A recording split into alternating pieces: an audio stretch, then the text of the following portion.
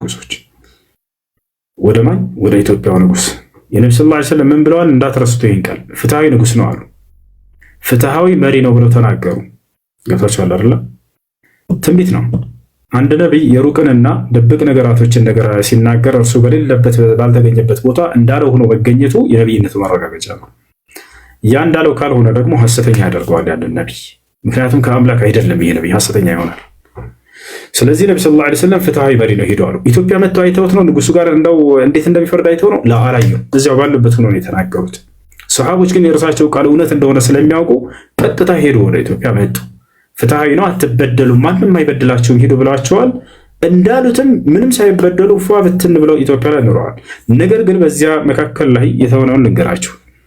እንደተሳደዱ ወደ ኢትዮጵያ የመካ ሹማምንቶችና ንጉሶች ሁለት ሰላዮችን ላኩ።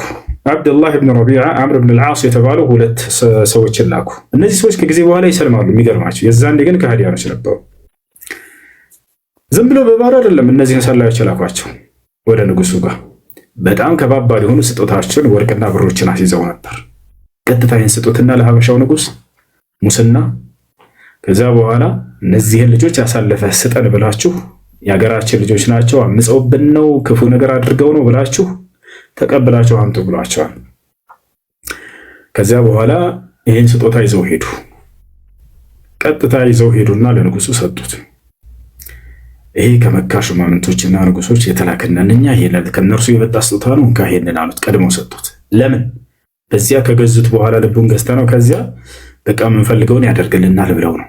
የነብዩ ሰለላሁ ዐለይሂ ወሰለም ቃል ግን እንዳትረሱት፣ ፍትሃዊ መሪ ነው። ከፍትሃዊ መሪ መገለጫ ሙስናን አይቀበልም፣ በፍትህ ይፈርዳል። ከዚያ በኋላ ልክ አምጥተው ሲሰጡት ጊዜ ለምንድን ነው የምትሰጡኝ አላቸው።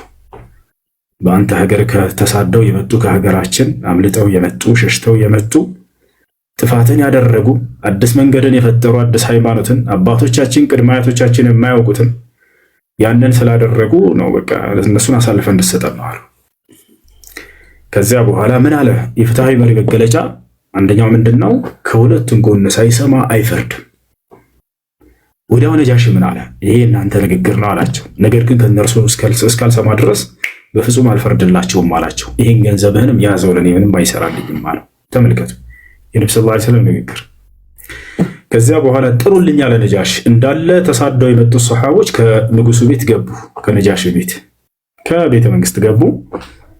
ለምን መጣችሁ ሀገሬ ላይ ብለው ጠይቃቸው። እኛስ የመጣ ነው ነቢዩ ሙሐመድ ሰለላሁ ዐለይሂ ወሰለም ወደ ሀበሻ ሄዱ፣ በዛች ሀገር ላይ ማንም ሰው የማይበደልበት ፍትሃዊ መሪ ይኖራል አለ ብለውን ነው፣ ለዚህ ነው የመጣ ነው አለው። ከዚያ በኋላ ነጃሺ ምንድን ነው ሙሐመድ? ማን ነው እርሱ ሙሐመድ? ወደ ምንስ ነው የሚጠራቸው አላቸው። እርሱ ወደኛ የላከው የሆነ መልእክተኛና ነብይ ነው አሉ። ይህን ወክሎ እየተናገረ ያለው ማን መሰላችሁ? ጃዕፈር ይባላል። የነቢ ሰለላሁ ዐለይሂ ወሰለም ያጎታቸው ልጅ ነው። ጃዕፈር ኢብኑ አቢ ጣሊብ ይባላል። እርሱም ተሳደው ከመጡት መካከል ነው።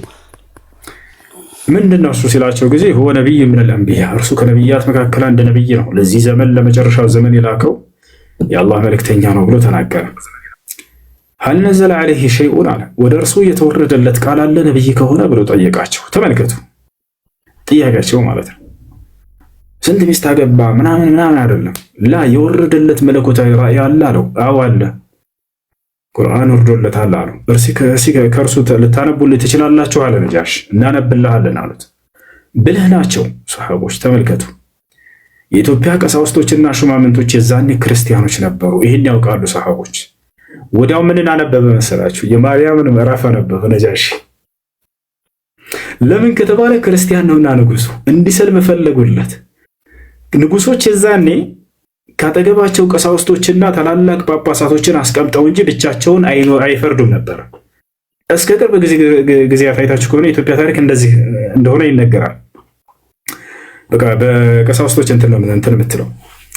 ስለዚህ በፊቱ ቆመና ቢስሚላህ ራሕማን ራሒም ካፍ ሃ ያ ዓይን ሷድ ዚክሩ ረሕመት ረቢከ ዓብደሁ ዘከሪያ ኢዝ ናዳ ረበሁ ኒዳአን ኸፊያ ቃለ ረቢ ኢኒ ወሃነ ልዓዝሙ ሚኒ ወሽተዐለ ረእሱ ሸይበን ወለም አኩን ቢዱዓኢ ረቢከ ሸቂያ እያለ የማርያምን ምዕራፍ የማርያምንና የክርስቶስን እስካወላለዱ እስከተሰራው ተአምር እስካስተምሮቱ እስከ ሁሉ ታሪኩ ያለውን አነበበለት። ወዲያው ይሄን ባነበቡ ጊዜ አለቀሱ። እንዴት አለቀሱ? ቋንቋቸው አረበኛ ነበር ማለት ነው። እንዴት ተረተሩ ልትሉ ትችላላችሁ። የዛኔ እነ የመን ምናምን ሳይቀሩ የኢትዮጵያ ነበሩ። እንዳለ በርካታ አረብ ሀገራቶችን ኢትዮጵያን ትንትላቸው ነበር፣ ታስተዳድራቸው ነበር። እስከ ቅርብ ጊዜ ድረስ መለስ ሳይቀር አረበኛ በደንብ ይረዳ ነበር። አይደለም በዚያ ዘመን የነበሩት ማለት ነው። ጌታቸው አለ ያ እና በደንብ ያውቁት ነበር ይህን ቋንቋ። የመን የኢትዮጵያ ነበረች፣ ሀበሻ ነበረች፣ በሀበሻ ትመራ ነበር። አብርሃ የመንን በደንብ አድርጎ ያስተዳድራት ነበረ። ገብቷቸዋል። ልክ እንዲሁ እነ ነጃሺ ምናምን በነበሩበት ዘመን። ስለዚህ ያን ይረዱ ነበርና ወዲያው አለቀሱ ይለናል አላህ ሱብሓነሁ ወተዓላ። ንጉሱም ቀሳውስቶች፣ መነኩሴዎች ሳይቀሩ ባጠገቡ የነበሩትም እንዳለ በዚያ ቤተ መንግስት ይሄ ጉዳይ እንዳለ ሲሰሙ ጊዜ እንዳለ ቀሳውስቶች ተሰባስበው ስለነበር አልቅሰዋል። ኢስላምንም ወዲያው ተቀበሉ። ገብቷቸዋል አይደለ? እንደተቀበሉ እስላምን ማስረጃ ከፈለጋችሁ ቀሳውስቶችና መነኩሴዎች፣ የኢትዮጵያ ቀሳውስቶችና መነኩሴዎች እንደተቀበሉ እስላምን ቃል በቃል በቁርአን ላይ ተቀምጧል። አላህ ቃል በቃል ይሄን ሲናገር ምን አለ? ለተጅደን የዛኔ ቁርአኑን በሰሙ ጊዜ ማለት ነው እንዳለቀሱ እነ ነጃሺ ሁሉ ተቀምጧል። ቀሳውስቶችም እንዳለቀሱ፣ መነኩሴዎችም እንዳለቀሱ ቃል በቃል አላህ ምን አለ? ለተጅደን አሸደ ናሲ አዳወተን ሊለዚነ አመኑ ልየሁደ ወለዚነ አሽረኩ ወለተጅደን አቅረበሁም መወደተን ሊለዚነ አመኑ ለዚነ ቃሉ ኢና ነሳራ ዛሊከ ቢአነ ሚንሁም ቅሲሲነ ወሩህባን ወአነሁም ላ የስተክቢሩን አለ። እነዚያ ክርስቲያኖች ነን ያሉ ብሎ ቃል በቃል ክርስቲያኖች ብሎ ገለጸና ከእነርሱም መካከል ቀሳውስቶቻቸውና መነኩሴዎቻቸው ብሎ ገለጸ። ከዚያስ ወኢዛ ሰሚዑ ማ ኡንዚለ ኢለ ረሱል አለ፣ ወደ መልእክተኛዬ ያወረድኩትንም ቃል በሰሙ ጊዜ ቁርአንን አለ። ቅድም ነጃሺ ሲያነብ የነበረው ማን ነው? ጃዕፈር ሲያነበረው ነው።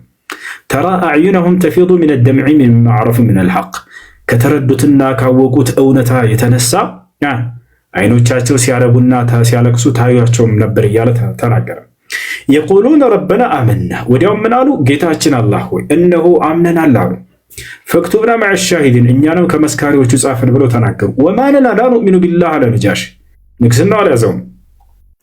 አንተ ንጉሥ አይደለህ እንዴ ምናምን አለት። እኔ ማን ስለሆንኩ ነው በአላህ ማላምነው አለ ነጃሺ። ወማ ለና ላ ኑእሚኑ ቢላህ ወማ ጃአና ሚነል ሐቅ፣ የመጣልንን እውነት የማንቀበለው ማን ስለሆነ ነው እኛ አለ። የጅማዓ ወዲያው ስለሆነ ተቀበለ። ወዲያው ነጃሺ ይህንን ባለቀሰ ባዩ ጊዜ አየ። ከዚያ በኋላ በልንካ ይህንን ሙስናህን ውሰድ፣ እነዚህን ሰዎች ለማንም እኔ አሳልፌ አልሰጣቸውም ብሎ እነዚያን ሰዎች ከሰታቸው። ነቢ ሰለላሁ ዐለይሂ ወሰለም ምን ብለው ነበር? ወደ ሀበሻ ሄዱ። በዚያች ሀገር ላይ ከስሩ ማንም የማይበደልበት ፍትሃዊ መሪ ይኖራል አለና ብሎ ተናገሩ። እንዳሉትም ቃላቸው እውነት ሆኖ ተገኘ። እነዚያን የተገፉና የተጨቆኑ የተሳደዱ አካሎችን ማንም ሳይበድላቸው ፏ ብትን ብለው በሀበሻ ኖሩ። ወላሂ የነቢ ሰለላሁ ዐለይሂ ወሰለም ሚስት ነበረች አንዷ ኡሙ ሰለማ ስትናገር ሐዲሱ ላይ ሙስነድ አሕመድ ላይ ሄዳቸው ብታዩት ትደነግጣላችሁ።